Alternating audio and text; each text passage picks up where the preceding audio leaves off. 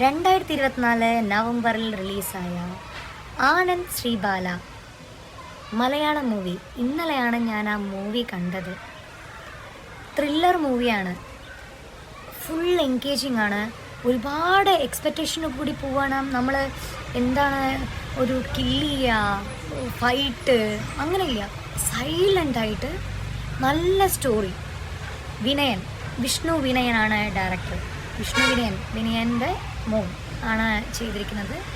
അതുപോലെ അശോകൻ ഹഡ്സ്ലി അശോകൻ്റെ മോൻ, പിന്നെ അപർണദാസ്, അങ്ങനെ ഒരുപാട് ഗസ്റ്റ് റോളായിട്ട് ധ്യാൻ ശ്രീനിവാസൻ, അജു വർഗീസ് എല്ലാവരും ഉണ്ട്. അതിൻ്റെ സ്റ്റോറി എന്ന് പറയാൻ സെൻറ്റിമെൻ്റൽ, എനിക്ക് ഭയങ്കര സെൻറ്റിമെൻ്റലായിട്ടാണ് എനിക്ക് തോന്നിയത്. My personal opinion.